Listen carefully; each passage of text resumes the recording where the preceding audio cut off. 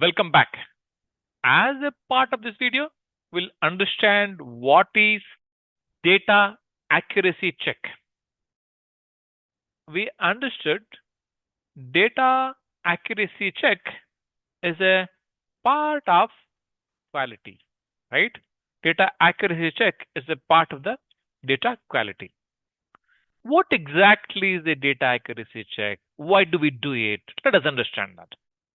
As a part of the big data testing, data accuracy ensures that the data values match the source, and it also ensures that the formats which are mentioned in a mapping document is same, and whether the data is precise or not, like it has to be $20,000.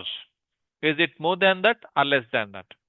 Data should fall within expected ranges and align with the business's rules upon reaching the target systems. So, all in all, it ensures that data values match the source, formats are proper, there is a precision, and the data falls within ranges, and all the business rules are taken care. That is what is validated by data accuracy. Now, it will verify the data values are within acceptable ranges. It ensures that data is precisely loaded. It ensures that data is accurately loaded and transformed as expected, as mentioned in the mapping document. The data should not be misspelled or inaccurate, should not be null when it is supposed to have values. For example, here in this case, we'll see this is invalid format because the name doesn't contain at the rate, right? And minus 30. Who on the earth will have a age minus 30? And this doesn't have the proper email ID. Like this, all these aspects are checked during analysis of accuracy check. In data accuracy check, we do have two types. One is non-numerical type analysis. The second one is domain analysis. What exactly is non-numerical analysis? In non-numerical analysis, we verify the accuracy of the non-numerical content.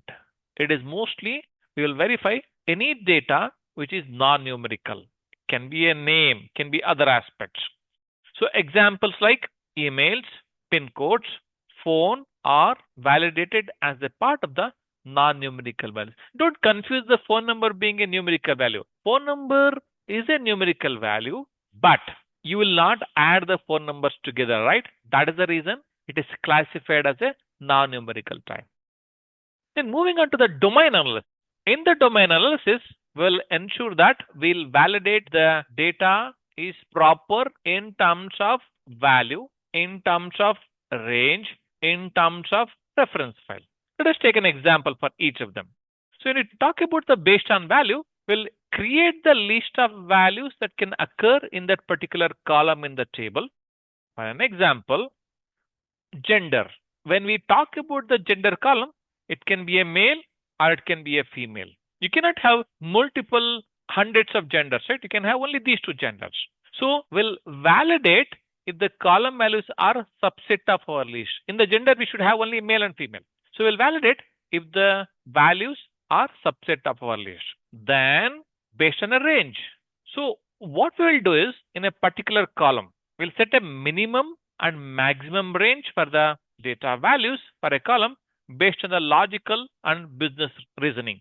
For example, here age 0 to 125 years. Yeah, there may be a chance that people may live beyond 125 years, but it is 1 in billion chance, right? So we create a range in this particular column. The values should be between 0 to 125, and we'll validate whether the values fall within this range or not. Then moving on to the reference file. Here, what happens is we use a file, external validative file. In that file, we would have mentioned the different aspects, like are the country codes valid? Do they pick the right values from the reference file? And are the country codes the same between QA and the production environment? Like this, For the country codes, we would have created a validity file. We use that particular validity file to verify all the values in a particular column. Awesome, isn't it? We understood the data accuracy check in detail. Thank you.